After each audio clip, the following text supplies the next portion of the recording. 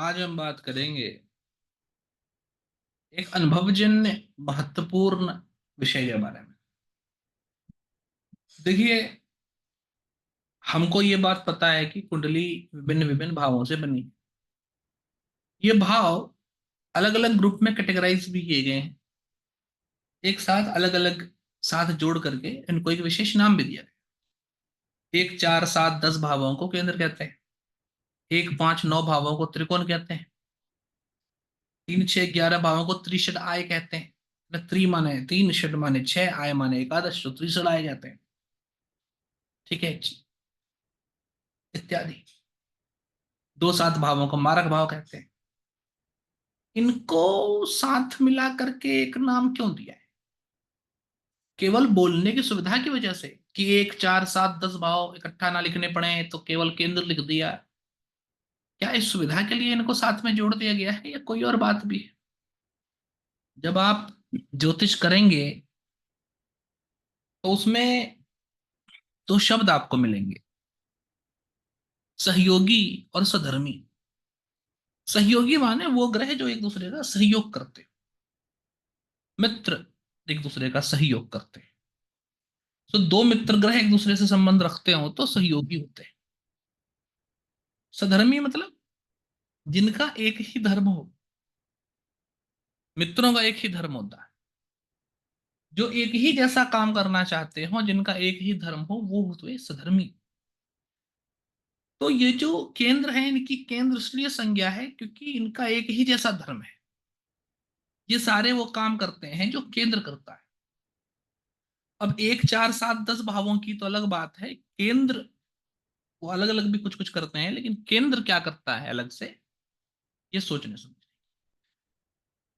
तो आज हमारा विषय है त्रिकोण। केंद्र नहीं है, त्रिकोण है। एक पांच 9 भाव त्रिकोण है। ये लग्न के त्रिकोण है। मुख्य त्रिकोण हुए क्योंकि व्यक्ति मुख्य है, तो लग्न का त्रिकोण। अब जिस हिसाब से ये तीन भाव को इकट्ठा मिला करके त्रिकोण कह दिया, त्रिकोण मतलब तीन कोने, तो ये तीन कोने कह दिए। इस प्रकार से और भी दो त्रिकोण है, तीन त्रिकोण है कुंडली में। दूसरे छठे 10वें भाव का भी एक त्रिकोण हुआ, तीसरे सातवें 11वें भाव का भी एक त्रिकोण हुआ, चौथे 8वें 12वें भाव का भी एक त्रिकोण है। तो यहां पर इनको त्रिकोण संज्ञा दी गई है क्योंकि यह है सधर्मी, इनका एक जैसा धर्म है। लेकिन वो धर्म क्या है, ये समझने की बात है। आज हम पहले त्रिकोण की बात करेंगे, पहले पांचवें 9वें भाव की। पहला जो त्रिकोण है, अब इसको धर्म त्रिकोण कहते हैं, आजकल कहते हैं धर्म त्रिकोण। वैसे कोई क्लासिकल टेक्स्ट में धर्म त्रिकोण नाम का शब्द नहीं आता, लेकिन पहला त्रिकोण इसको कह सकते हैं। धर्म त्रिकोण क्यों कहते हैं इसके बारे में भी बात करेंगे। धर्म त्रिकोण कहना उचित है क्या, इस विषय में भी बात करेंगे। लेकिन एक बात समझ लें कि पहले भाव की अपनी खासियतें हैं, पांचवें भाव की अपनी खासियतें, 9वें भाव की अपनी खासियतें हैं। उसके बारे में थोड़ी सी बात करेंगे, लेकिन मुख्य ध्यान हमारा ये रहेगा कि इन तीनों की मिला करके क्या खासियत है, इसको समझेंगे। और इसमें ग्रह बैठे हों, इन भावों के स्वामी का क्या कैसा प्रभाव रहता है, इसके बारे में भी चर्चा इस विषय पर। तो पहली तो ये बात हो गई कि जो पहला त्रिकोण है वो है एक पांच 9 भाव। और इसको जो है कि धर्म त्रिकोण भी कहा जाता है। धर्म त्रिकोण क्यों कहा जाता? लग्न में तो आप हैं, पंचम में आपकी संतान है, और नवम में आपके पिता है। संतान और पिता दोनों के प्रति ही आपका धर्म बनता है, अतः इसको धर्म त्रिकोण। इस एक पांच 9 भाव में नवम भाव धर्म का भी भाव है। धर्म दर्शाता ही है, नवम भाव का कारकत्व ही धर्म है, अतः धर्म त्रिकोण कह दिया।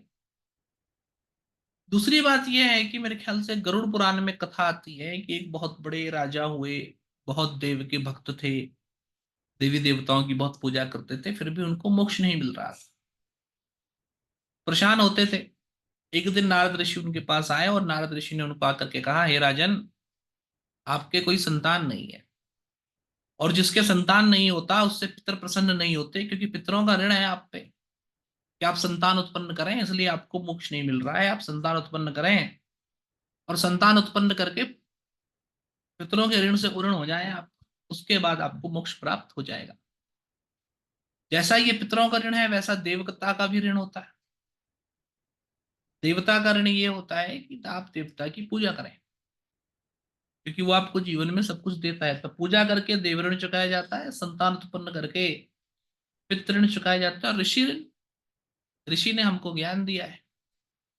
तो जो ज्ञान हमको है उसको हम अपने अनुभव से और निखारें और लोगों में बांटें, लोगों को पढ़ें पढ़ाएं।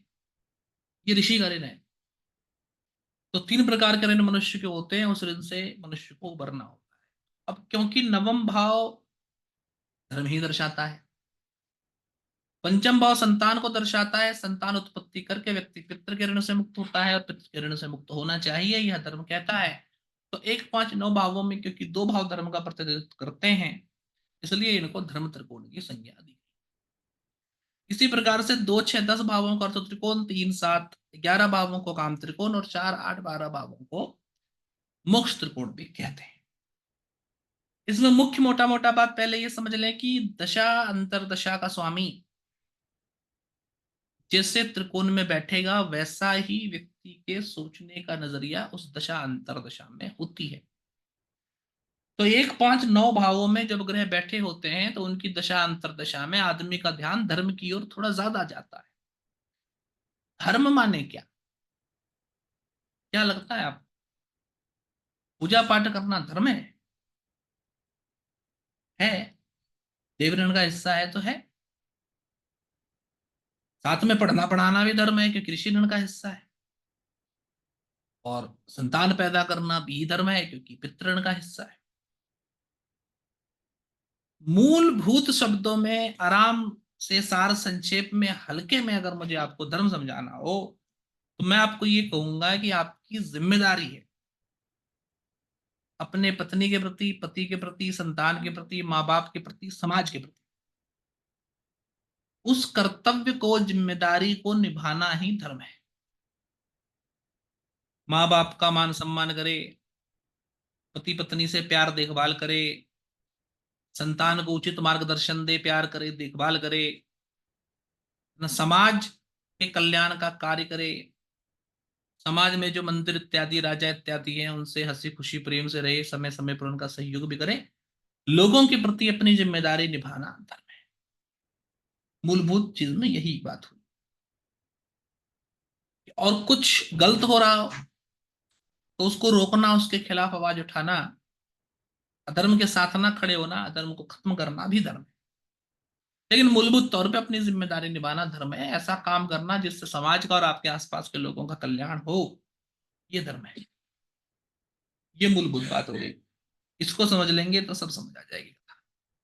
तो पहले तो ये कि 1 5 9 भावों में जो ग्रह बैठे होते हैं वो क्योंकि धर्म त्रिकोण में बैठे होते हैं, तो व्यक्ति का धर्म की ओर ध्यान जाता है। दशा अंतरदशा में व्यक्ति का धर्म की ओर ध्यान जाता है।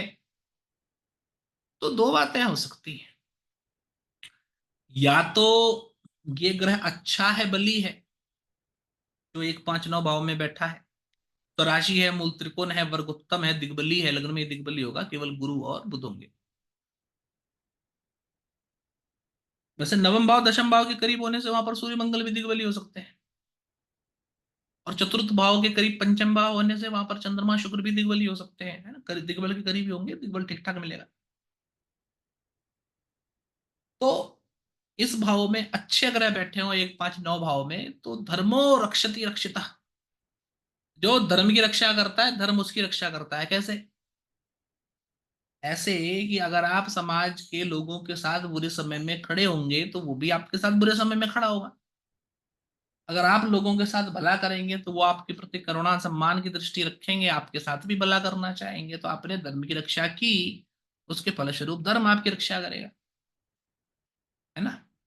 तो ये जो अच्छे फल है, जब ग्रह अच्छा बैठा होता है 1 5 9 भाव में, तो ये जो अच्छे फल हैं, समाज के लोगों से मान सम्मान प्राप्त करना, आप समाज से और अपने आसपास के लोगों से अच्छा बर्ताव रखते हो, वो बर्ताव आपको लौटा के मिलता है। तो समाज के लोगों के प्रति अच्छा व्यवहार रखा तो उनसे मान सम्मान प्रेम सहयोग मिला। आदमी पॉलिटिक्स वगैरह में खड़ा हो गया, बहुत सफलता हासिल की, किसी चुनाव वगैरह में खड़ा हुआ, बहुत सफलता हासिल की, ये हो गया। पति पत्नी संतान के प्रति अपना धर्म निभाने से संतान आपको गर्वान्वित करती है, पति पत्नी आपको प्यार करता है, आपके साथ मुसीबत के समय में खड़ा होता है। कभी जब आप बहुत मजबूर, बहुत लाचार, बीमार इत्यादि होते हैं, तो पति पत्नी आपका ऐसा ध्यान रखता है, ऐसा सहयोग करता है कि मन ही मन आप बैठ के सोचते हैं कि अरे जीवन से यह जो अच्छे फल हैं, यह अच्छे फल धर्म त्रिकोण में बैठा अच्छा ग्रह आपको देता है। जो ग्रह बुरा हो तो नीच हो, शत्रु नवांश में हो, अस्त हो, ग्रह युद्ध में जाता हो, फिर पाप ग्रह से पीड़ित हो, तो क्या होता है? धर्म का नाश। इस ग्रह की दशा अंतर दशा में व्यक्ति की स्थिति ऐसी खराब हो जाती है कि वो अपने धर्म का पालन नहीं कर पाता, वो अपने धर्म को नहीं निभा पाता, व्यक्ति की हालत ठीक नहीं रह जाती। मानिए कि कोई व्यक्ति के घर में बहुत आपदा विपदा चल रही है, समस्या चल रही है, उसके द्वार पे कोई अतिथि आएगा, कोई मांगने वाला आएगा, वो उसको कुछ नहीं दे पाएगा। अब लोगों का स्वभाव आपको पता है, आप कुछ नहीं दे पाएंगे तो आपको कुछ कहना चाहेगा। अब क्योंकि आप दे ही नहीं सकते, मजबूर, ऐसा थोड़ी देना नहीं चाह, दे ही नहीं सकते, मजबूरी है, में बहस होगी, समाज के लोग सोचेंगे अरे लड़ाई झगड़ा करता है, बुरा व्यक्ति। तो इस प्रकार से धर्म का नाश होकर के फिर जो बुरी चीजें होती, गलत नाम लग जाना, गलत पहचान लोगों के सामने बन जाना, लोगों का आपके बारे में दूषणा करना, अच्छा नहीं सोचना, ये सारे फल जो है कि हो सकते। इसमें एक बेयर मिनिमम जो धर्म होता है, कम से कम जो धर्म होता है, जैसे बच्चा है तो बच्चे को कम से कम पढ़ा लिखा ही पाए आदमी, इतना तो कम से कम पूरा करना चाहिए। समाज में लोगों की मदद ना करे, समाज में लोगों से अच्छा संबंध ना रखे, कम से कम अपने बच्चे को ठीक से पढ़ा ले, अपनी पति पत्नी को जो चाहिए वो कम से कम मुहैया करा सके, इतना बेयर मिनिमम धर्म तो होता है आदमी का, व्यक्ति का, सॉरी आदमी नहीं, औरत का भी होता है, स्त्री का भी होता है, व्यक्ति का। तो एक पांच नौ भावों में बुरा ग्रह हो, पीड़ित हो, उसकी दशा अंतर दशा है, तो आदमी कम से कम इतना भी नहीं कर पाता कि बच्चे को पढ़ा लिखा ही ले, पति पत्नी को जो चीज की जरूरत है वही ला दे। तो फलादेश में ये बड़ा जरूरी हो जाता है, कैसे देखें कि आदमी की हालत इतनी खराब हो जाएगी कि उसको अपने बच्चे की पढ़ाई लिखाई भी छुड़ानी पड़ जाएगी। एक पांच नौ में खराब ग्रह, पीड़ित ग्रह बैठे हो तो ऐसी स्थिति हो जाएगी। और ये सबसे खराब स्थिति आप देखेंगे बाकी सारे त्रिकोणों से भी, आगे हम त्रिकोणों पर चर्चा करेंगे दूसरी वीडियोस में, बाकी सारे त्रिकोणों में भी ये सबसे खराब अवस्था है, बहुत ही खराब अवस्था है। इस वजह से ये बात क्लियर हो गई है।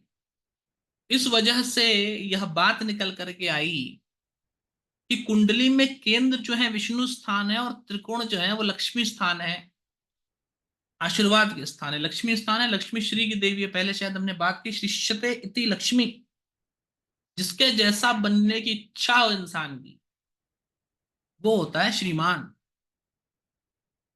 तो श्री मतलब जिसके जैसा बनने की इच्छा हो, आशीर्वाद, ब्लेसिंग, पुण्य, सौभाग्य जो कहें आप, ये आता है एक पांच नौ भावों में, क्योंकि लक्ष्मी स्थान है। क्योंकि बाकी सब चीजें तो खुद से कमा ली जा सकती हैं, लेकिन समाज से मान सम्मान, लोगों का प्यार, लोग आपसे जलन ना करें, आपके बारे में अच्छा सोचते हो, आपको प्यार करें, आपको सहयोग करें, ये सब तो केवल सौभाग्य से ही होता है। आप अपने संतान पे खूब पैसा खर्च करके उसको अच्छे इंस्टीट्यूट में पढ़ा दें, कुछ कर दें, लेकिन वहां संतान पढ़ने वाला हो, पढ़ाई ही करे, मार्ग ना भटक जाए, और वो पढ़ाई करके भी फिर आगे जीवन में अच्छा काम करे, समाज में अच्छा व्यक्ति बने, ये सब तो सौभाग्य से ही होता है। इसमें व्यक्ति का एक लेवल से ज्यादा, एक हद से ज्यादा बस नहीं चलता, कंट्रोल नहीं होता। इसलिए एक पांच नौ भावों को सौभाग्य या आशीर्वाद, बुरी अच्छी किस्मत का भाव भी कहा है। ये इसके पीछे की मुख्य वजह है। ठीक है, इससे हमको क्या बात समझ में आई? इससे हमको यह बात समझ में आनी चाहिए कि एक पांच नौ भावों में जब अच्छे ग्रह बैठे होते हैं, बलशाली ग्रह बैठे होते हैं, ये बात है, किस्मत अच्छी है एक बात, किस्मत बली है दूसरी बात। कैसे फर्क पड़ेगा? हम पढ़ने लिखने गए, वहां पर हमने पढ़ लिख लिया, पढ़ हमने जो पढ़ा लिखा उसके अनुसार हमें नौकरी भी मिल गई, काम भी हो गया, ये तो अच्छी किस्मत है। भली किस्मत क्या है? एक गरीब बच्चा है, पढ़ने लिखने में उसकी बहुत रुचि है, लेकिन गरीब है, पढ़ लिख नहीं पा रहा। एक दिन किसी के सहयोग से, किसी स्कॉलरशिप से बहुत बड़े इंस्टीट्यूट में उसका एडमिशन हो गया, वहां पर से उसने पढ़ लिख लिया। ये है भली किस्मत। तो अच्छी किस्मत जो होती है वो आपकी मेहनत के हिसाब से आपको अच्छा फल देती है। जो भली किस्मत होती है वो आपको जो है कि आपके किस्मत वाला भाग्यशाली बनाती है, आपके स्तर से ऊपर बढ़ा करके। आप इस बात को समझे। तो 1 5 9 भाव में अच्छे ग्रह बैठे होंगे तो अच्छी किस्मत होगी, और बली ग्रह बैठे होंगे तो बली होगा किस्मत का। कमजोर ग्रह बैठे हो तो किस्मत कमजोर होगी। किस्मत कमजोर होने से क्या हुआ कि आदमी को कॉलेज में एडमिशन मिला, कॉलेज में पढ़ने गया, वहां पर बुरी संगत में फंस गया, किसी चीज में जाकर के फंस गया, तो क्या हो गई, बुरी किस्मत हो गई। तो 1 5 9 भाव में जब बुरे ग्रह बैठे हो तो बुरी किस्मत, और कमजोर ग्रह बैठे हो तो कमजोर किस्मत दुर्भाग्यशाली। कमजोर किस्मत दुर्भाग्यशाली माने क्या, आदमी पढ़ा लिखा भी है, मेहनती भी है, नौकरी नहीं मिल रही, सही व्यक्ति से मिल नहीं पा रहा, सही मौका नहीं मिल रहा। इसलिए मैं हमेशा एक बात कहता हूँ, पहला जो ज्योतिष कोर्स मैंने पढ़ाया था, ज्योतिष प्रारंभ, उसमें मैंने बच्चों को बताया था कि बच्चों, 1 5 9 भाव में अगर पाप ग्रह बैठा हो तो समझो कुंडली गई। इसको ऐसे नहीं समझना है, यूं समझ लें कि अगर स्वराशि मूल त्रिकोण वर्गोत्तमी हो तो पापक ग्रह भी ठीक है, लेकिन स्वराशि मूल त्रिकोण वर्गोत्तमी को छोड़ करके अगर 1 5 9 में अगर शुभ ग्रह ना बैठा हो, पापक ग्रह बैठा हो, तो कुंडली गई। और मैंने क्या कहा था उस टाइम कि 1 5 9 लक्ष्मी के भाव है। और आप लक्ष्मी के बारे में कभी पढ़ेंगे तो आपको पता चलेगा कि जहां गंदा होता है, जहां गंदगी होती है, डर्ट होती है, मलाइस होता है, वहां लक्ष्मी नहीं रहती। और पाप ग्रह हैं गंदे ग्रह। तो जैसे ही कुंडली के त्रिकोण में आ गए पाप ग्रह, वैसे ही गंदा आ गया कुंडली में, और जहां गंदा होता है वहां लक्ष्मी रहती नहीं। तो इस कुंडली के लक्ष्मी भाव में लक्ष्मी नहीं है, प्रॉब्लम हो जाती है। आज आपको दूसरी प्रकार से समझा दे रहा हूं कि जब पाप ग्रह होते हैं तो पाप ग्रह माने बुरा ग्रह, पाप ग्रह जब 1 5 9 में होता है तो बुरी किस्मत। और कमजोर ग्रह पीड़ित ग्रह होता है तो कमजोर पीड़ित किस्मत व्यक्ति की होती है।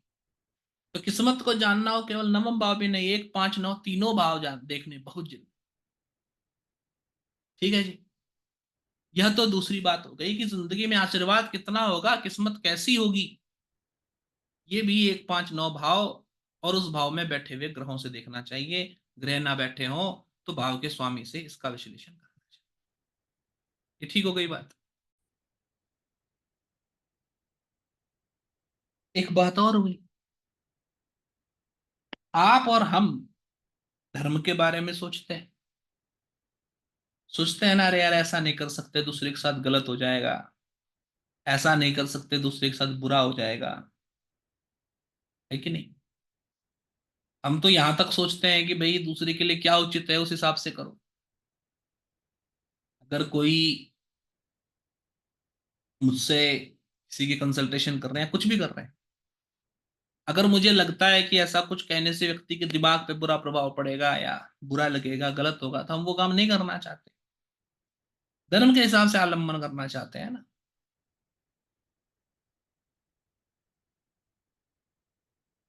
कभी आप मानिए कि कोई गरीब आदमी कोई गलती कर दे तो आप जनरली उसको मारते पीटते नहीं है।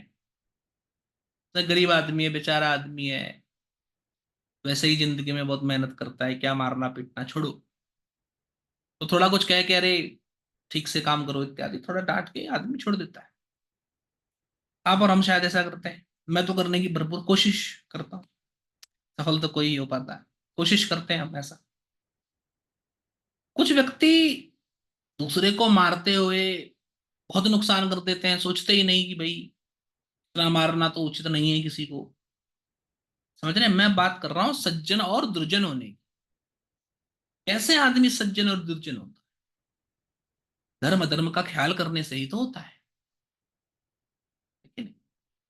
तो एक चीज मैंने देखी है कि अगर एक पाप ग्रह पहले से त्रिकोण में हो, और वो किसी दूसरे पापा ग्रह से पीड़ित हो जाए, दूसरे पापा ग्रह की दृष्टि हो, या दो पापा ग्रह त्रिकोण में आ जाएं, या नवांश में किसी और पापक ग्रह के साथ बैठा हो। नवांश में जो ग्रह के प्रभाव हैं वो भी बहुत ही अनुभूत है। तो ऐसा व्यक्ति फिर दुराचारी होने की तरफ भी बढ़ सकता है। बहुत सावधानी की जरूरत है। ऐसा व्यक्ति दुराचारी होने की ओर भी बढ़ सकता है, दुराचरण भी कर सकता है, समाज में धर्म का पालन करने की बजाय अधर्म भी करता हुआ हो सकता है। तो ऐसा योग जिसकी कुंडली में हो उसको तो धर्म का पालन जरूर ही जरूर करना चाहिए, और धर्मी व्यक्ति को ऐसे पहचाना जा सकता है। ये हो गई तीसरी बात। चौथी बात यह कि जैसा कि मैंने आपको कहा कि एक पांच नौ भाव के स्वामी भाग्य को दर्शाते हैं, और भाग्यशाली कौन नहीं होना चाहता। भाग्यशाली होना तो अच्छा ही है। किस्मत में, ज्योतिष में एक ऋषि है, वो ऋषि कहते हैं कि ज्योतिष में सारा खेल तो किस्मत का ही है। क्योंकि व्यक्ति मेहनत करेगा उसको सफलता मिलेगी, यह तो सब जानते हैं। जैसे मेहनत करेगा सफलता मिलेगी, ये गारंटी नहीं है, लेकिन मेहनत करेगा सफलता मिलेगी ये तो सब जानते हैं। लेकिन किस्मत कैसा होगा यही जानने के लिए ज्योतिष में आते हैं। अगर कोई व्यक्ति पढ़ा लिखा है तो उसको नौकरी मिलेगी ही, लेकिन कैसी नौकरी मिलेगी, कहाँ मिलेगी, कब तक रहेगी, ये सब किस्मत के हाथ में है। वही जानने के लिए व्यक्ति इंसान के पास आता है। आप ये नहीं कह सकते कि हर पढ़े लिखे व्यक्ति को नौकरी मिल ही जाती है, या हर व्यक्ति वो कर ही लेता है जो वो चाहता है। ये तो कौरतलब सी बात है, नहीं कर पाता। कुछ लोग कर पाते हैं, कुछ नहीं कर पाते। ये सारा किस्मत का खेल है। किस्मत ज्योतिष से जाना जाता है। तो ज्योतिष का मुख्य काम तो किस्मत को देखना है कि नहीं। और हर व्यक्ति, हम चाहते हैं कि किस्मत वाला हो। और किस्मत जो है कि मुख्य तौर से एक पांच नौ भावों में देखा जाता है। इस वजह से एक पांच नौ भाव के स्वामी कुंडली में सदा ही शुभ कहे गए। इसमें भी खास करके जो लग्नेश है, लग्नेश को तो छठे आठवें बारहवें भाव का स्वामी होने का दोष तक नहीं लगता, क्योंकि लग्न केंद्र कौन दोनों है। जहां तक रही बात पंचम और नवम की, पंचम नवम भाव के स्वामी भी भाग्य को दर्शाते हैं। अब इसमें पंचमेश पंचम भाव का स्वामी होने के साथ में केंद्र का स्वामी चौथे या दसवें का स्वामी हो सकता है। अगर चौथे या दसवें का स्वामी हो गया, केंद्र का पंचम या नवम का स्वामी अगर चौथे या दसवें का स्वामी हो गया, तो इसमें तो महान राजयोगकारी ग्रह बने। मैं इसमें ये कहना चाह रहा हूं कि एक पांच नौ भाव जो है किस्मत के भाव हैं। इस भाव का स्वामी किस्मत को दर्शाता है। अगर भाव का स्वामी बली होगा तो व्यक्ति किस्मत वाला होता है, ये तो हम समझ ही चुके। अगर भाव का स्वामी बली ना हो तो दुर्भाग्यशाली भी होता है। क्योंकि इसमें एक बात समझिए, नवम भाव में पापग्रह बैठ के भी आपको दुर्भाग्यशाली बना देगा, लेकिन उस पापग्रह के बारे में आप बहुत कुछ नहीं कर सकते। नवमेश जो है कि ताकतवर होकर के आपको भाग्यशाली बनाएगा, कमजोर होकर के आपको दुर्भाग्यशाली बनाएगा। इसमें अगर नवमेश कमजोर हो तो उसका रत्न भी पहन सकते हैं। और रत्न के बारे में मेरी तो सीधी सीधी सलाह है कि किसी भी कुंडली में अगर मुझे रत्न के बारे में बताना हो तो एक पांच नौ भाव देखता हूं, और उसके स्वामी कमजोर होते हैं तो ही रत्न बताता हूं। किसी और भाव के स्वामी का रत्न में कभी कहता ही नहीं पहनने। एक पांच नौ भाव के स्वामी का ही रत्न पहनने को कहता हूं, और उसमें भी अगर कमजोर हो तो ही। लेकिन इसमें बात यह है कि पंचम नवम भाव का स्वामी और लग्न का स्वामी किसी और भाव का भी तो स्वामी हो सकता है। लग्न का स्वामी खैर किसी भी भाव का स्वामी हो, कोई फर्क नहीं पड़ता, लग्न हमेशा शुभ ही है। पंचम और नवम भाव का स्वामी अगर पंचम और नवम भाव के अलावा चौथे और दसवें भाव का स्वामी हो तो राज्यकारी उसका रत्न तो आप पहन ही सकते हो। इसके अलावा छठे आठवें या बारहवें या तीसरे भाव का स्वामी हो जाए, तीसरे भाव का तो खैर नहीं हो पाएगा, छठे आठवें या बारहवें भाव का स्वामी पांचवें या नवें भाव का स्वामी हो जाए, तो छठे और आठवें भाव का स्वामी होने के मामले में रत्न पहनने से पहले विचार कर लेना जरूरी है कि वो छठे भाव के फल ज्यादा दे रहा है कि आठवें भाव। अगर आठवें भाव के फल ज्यादा दे रहा है या छठे भाव के फल ज्यादा दे रहा है तब रत्न ना पहने। पांचवें नवें के फल ज्यादा दे रहा है तभी पहने। अगर बारहवें भाव का भी स्वामी है, पंचम या नवम भाव का स्वामी बारहवें या दूसरे भाव का भी स्वामी है, तो बारहवें और दूसरे भाव का स्वामी ग्रह होता है मिश्र फलदायक। मिश्र फलदायक होने की वजह से उसका भी रत्न पहना जा सकता है, कोई समस्या नहीं। तो कुंडली में अगर कभी रत्न पहनने का विचार हो तो केवल पहले पांचवें नवें भाव के स्वामी का ही रत्न पहना जा सकता है। पांचवें और नवें भाव के स्वामी के मामले में अगर पांचवें या नवें भाव का स्वामी छठे आठवें भाव का स्वामी भी होगा तो आपको सोच करके रत्न पहनना पड़ेगा, अन्यथा रत्न आप पहन सकते हैं, और क्योंकि ये 1 5 9 भाव भाग्य भाव है, भाग्य को दर्शाते हैं, इनका रत्न पहनने से व्यक्ति भाग्यशाली होता है। भाग्यशाली होने का मतलब क्या, कि पढ़ाई लिखाई करने जाएं तो सही कोर्स में एडमिशन मिल जाए, अच्छा टीचर हो, पढ़ाई लिखाई में मन लगे, दोस्त यार परेशान ना करें, पढ़ाई ठीक से पूरी हो जाए, फिर उसके बाद किस्मत अपना खेल दिखाना शुरू करेगी, अच्छी नौकरी लगे, नौकरी में सहयोगी और बॉस जो है वो अच्छे लोग मिलें, नौकरी में कोई परेशान करने वाला ना हो, नौकरी चलती रहे, पैसा आता रहे, सही समय पे विवाह हो जाए, जीवन साथी सहयोग करने वाला हो, बच्चे आज्ञाकारी हों, किस्मत से होता है। तो आपको चाहिए जिंदगी में तो केवल किस्मत चाहिए, चाहे पैसा कमाना हो, चाहे अच्छी नौकरी चाहिए हो, अच्छी संतान चाहिए हो, अच्छा विवाह चाहिए हो, चाहिए आपको किस्मत। ज्योतिष किस्मत का ही खेल है सारा, और किस्मत चाहिए तो 1 5 9 भाव के स्वामी को बलशाली कीजिए। पाप ग्रह वहां पर बैठा होगा 1 5 9 में, उसको बलशाली करने जाएंगे तो जैसे जैसे पाप ग्रह बलशाली होगा, पाप ग्रह भी बढ़ाता चलेगा। तो 1 5 9 में पाप ग्रह बैठा हो तो भूल के भी कदापि रत्न एकदम धारण नहीं करना है। ठीक है, कोई कुछ बोले तो कोई कुछ बोले क्या, मैंने कह दिया मेरा तो यही विचार है, वहां की कोई कुछ बोले तो कोई कुछ बोले, दुनिया कुछ भी कह सकती है, जुबान पे किसी के ताला थोड़ी लगाया जा सकता। इस बात को भी आप समझें, इस बात को भी समझ लें, ठीक से गांठ बांध लें, याद रख लें। इसके अलावा प्रथम पंचम नवम भाव पे खैर 3 4 घंटे बात की जा सकती है, लेकिन कुछ और महत्वपूर्ण 1 2 बातें आपसे बताता चलो, फिर लूंगा विदा। जीवन में 3 वय होते हैं, है ना, बचपन, जवानी, बुढ़ापा। अब इस 3 वय में कौन सा वय सबसे अच्छा जाएगा, जो ये पता करना हो कि बचपन में सबसे मजा आएगा, कि जवानी में सबसे मजा आएगा, कि बुढ़ापे में सबसे ज्यादा मजा आएगा, कब मजा आएगा जीवन में, राज्यों का फल कब प्राप्त होगा, किस समय सबसे अधिक सुख सम्मान होगा, ये जानना हो, जानने की बड़ी सारी विधियां विधियां हैं। इन विधियों में से मेरी पसंदीदा विधि ये है, लग्न में होते हो आप पैदा, आप बच्चे हो लग्न में, पंचम भाव में आपका बच्चा होता है, आपका बच्चा कब होता है, जब आप जवान होते हो, और नवम भाव पिता का भाव है, तो केवल आपके पिता नहीं, आपका पिता बनना भी तो नवम भाव में ही। तो नवम भाव में आप तब जाते हो जब आप दादा हो जाते हो, जब आपका बच्चा बड़ा हो जाता है, आप अपने पिता के वय में चले जाते हैं, है ना, ऐसा समझें। ठीक है, यहां पर मैंने एक बड़ी जरूरी बात कह दी है, आप मिस कर जाएंगे, इसलिए थोड़ा सा दोबारा कह देता हूं। मैंने क्या कहा कि नवम भाव केवल पिता का भाव नहीं है, आपके पिता होने का भी भाव है। अच्छा, इसका क्या मतलब, कि अगर पुरुष की कुंडली का विश्लेषण कर रहे हैं और ये जानना है कि ये पिता बन सकता है कि नहीं, तो नवम भाव भी तो देखना होगा, यही तो कह रहा हूं दूसरे शब्दों में। हाँ जी,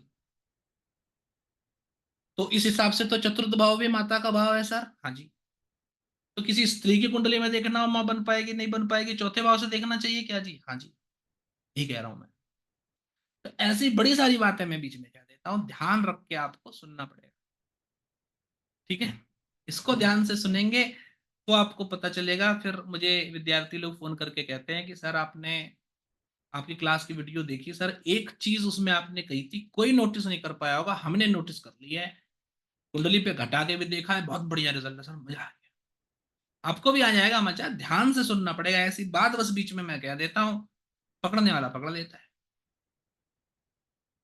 ठीक है, तो आप ये समझें कि लग्न भाव बली हो तो आदमी का बचपन जाता है मजे में, माँ बाप जीवन में अच्छा कर रहे होते हैं, बचपन सुख सुविधा शौक शांति आराम से गुजर। पंचम भाव बढ़िया हो, पंचम भाव पे अच्छा प्रभाव हो, तो जवानी बढ़िया कटती है। नवम भाव में अच्छा प्रभाव हो तो बुढ़ापा अच्छा जाता है। कोई पूछे सर तीनों समय में सबसे ज्यादा बढ़िया क्या होगा, तीनों भाव में देख लीजिए कौन सा भाव सबसे बलशाली है। दूसरे शब्दों में मैं ये भी कह रहा हूं, ये बहुत बार मैंने इंग्लिश चैनल पे कहा है, कि अगर पंचम भाव पे पाप प्रभाव हो, पंचम भाव पीड़ित हो, तो जवानी तो गई, अब ज्यादातर आदमी जो है कि जवानी में ही कुंडली दिखाने आता है। बचपन कब तक समझें? 24 1 साल तक ना, 22 24 साल तक। जवानी कब समझे? 22 24 के बाद। बुढ़ापा कब समझे? आदमी को मध्य वय का कह सकते हैं 55 में। तो 55 साल की उम्र तक आप जवानी ही समझे, 55 के बाद बुढ़ापा समझे। 50 के बाद बुढ़ापा मानने चलिए, 50 55 के बाद बुढ़ापा माने, नवम भाव एक्टिव। तो पंचम भाव पंचमेश अगर खराब, पंचम भाव पे खराब प्रभाव है, पंचमेश अगर कमजोर है तो जवानी खराब हुई। और जवानी खराब होने का मतलब ये, क्योंकि आदमी ज्यादातर आपसे जवानी में ही कुंडली दिखाने आएगा, जवानी खराब होने का मतलब ये हुआ कि अब जवानी में 22 24 साल की उम्र से लेकर के 50 55 साल की उम्र तक कितनी भी अच्छी दशा अंतर दशा क्यों ना आ जाए, क्योंकि इसकी जवानी खराब है तो इसको उतना अच्छा फल नहीं मिल पाएगा जितना अच्छा फल किसी और को मिलेगा, जितना अच्छा फल अन्यथा मिलना चाहिए। आप दो कुंडली लो, सेम लगन, पंचम भाव पे सेम प्रभाव, पंचमेश की सेम स्थिति, सेम दशा अंतर दशा। एक कुंडली में पंचम भाव पे पाप प्रभाव हो, दूसरे में पंचम भाव पे शुभ, दो कुंडली आप लें, सेम लग्न, चंद्रमा सेम राशि में, सेम दशा, एक का पंचम भाव अच्छा, एक का पंचम भाव खराब, और आप दोनों की दशा मिला करके देख लें कि ये व्यक्ति के वो ग्रह की वही स्थिति है, दूसरे व्यक्ति के भी वो ग्रह की वही स्थिति है, लेकिन जिसका पंचम भाव पीड़ित है उसको जवानी में उसी दशा में बहुत अच्छा फल मिल रहा है, और दूसरे व्यक्ति को उतना अच्छा फल नहीं मिल पा रहा क्योंकि पंचम। तो आप यूं समझें कि दो कुंडली के लोग होंगे, राजयोग की दशा से जा रहे होंगे, जिसका पंचम भाव पीड़ित होगा उसको राजयोग तो मिल जाएगा, लेकिन वो राजयोग बनाए रखने में, पावर को सस्टेन करने में उसको बहुत मेहनत लगानी पड़ेगी। वहीं दूसरी तरफ अगर पंचम भाव पीड़ित ना हो, जवानी के समय में ये जो उम्र मैंने बताई 22 24 से 50 55 के बीच में राजयोग की दशा ना भी हो, शुभ ग्रह बलशाली ग्रह की दशा हो, तो उसमें भी वो राजयोग के मजे ले लेगा, और ऐसा एक छत्र राज करेगा कि उसके खिलाफ बोलने वाला, आंख उठा के देखने वाला भी कोई नहीं हो। किसी प्रकार की चिंता टेंशन मुसीबत उसको नहीं होगी। इसको समझ लीजिए। समझ आ गई बात? आई गई हुई। अब एक और बात आपको बता दूं, उसके बाद जैसा कि मैंने आपको कहा कि विषय तो खैर बहुत बड़े हैं, है ना, इस पे रात भर चर्चा की जा सकती है कि धर्म त्रिकोण क्या है और क्या नहीं है, बट मैं समझता हूं कि जितना मैंने कह दिया है उससे सारा जो कुछ भी इस भाव के बारे में है, सारा संक्षेप में वो आप समझ गए हैं। बाकी विद्यार्थी होने के, विद्यार्थी, मैं हमेशा एक बात कहता हूँ, विद्यार्थी का काम होता है बाल के खाने का।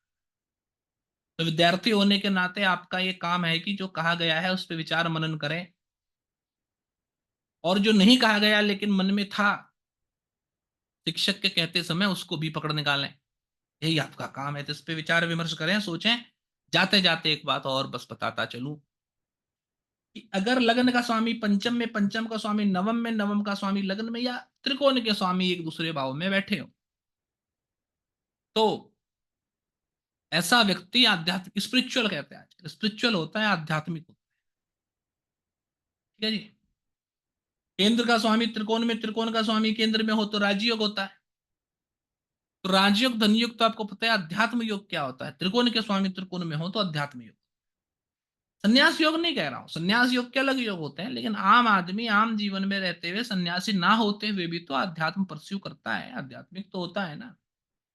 तो आध्यात्मिक होने का योग ये है कि त्रिकोण का स्वामी किसी दूसरे त्रिकोण में बैठा हो, लग्न का स्वामी पंचम नवम में हो, पंचम का स्वामी नवम या लग्न में हो, नवम का स्वामी लग्न या, तो ऐसा व्यक्ति जो है कि आध्यात्मिक होता है। एक बात और, धर्म होता है जी आत्म उन्नति। तो लग्न पंचम नवम भाव का अगर स्वामी हो तो व्यक्ति आत्म उन्नति के बारे में सोचता है, मैं कैसे आगे बढ़ूंगा, मेरा अच्छा कैसे होगा इत्यादि। और लग्न पंचम नवम भाव का स्वामी अगर बली ना हो तो आदमी सोचता ही नहीं मैं कैसे बढ़ूंगा, मेरा जीवन में भला कैसे होगा, ये सब सोचने में उसका ध्यान ही नहीं रहता है ना। दोस्तों के साथ सुबह शाम यहाँ से वहां घूम रहे हैं, शराब पी रहे हैं, समय व्यर्थ कर रहे हैं, ध्यान ही नहीं खुद पे, मेरा कैसे भला होगा, घर परिवार का कैसे ठीक होगा, मतलब ही नहीं।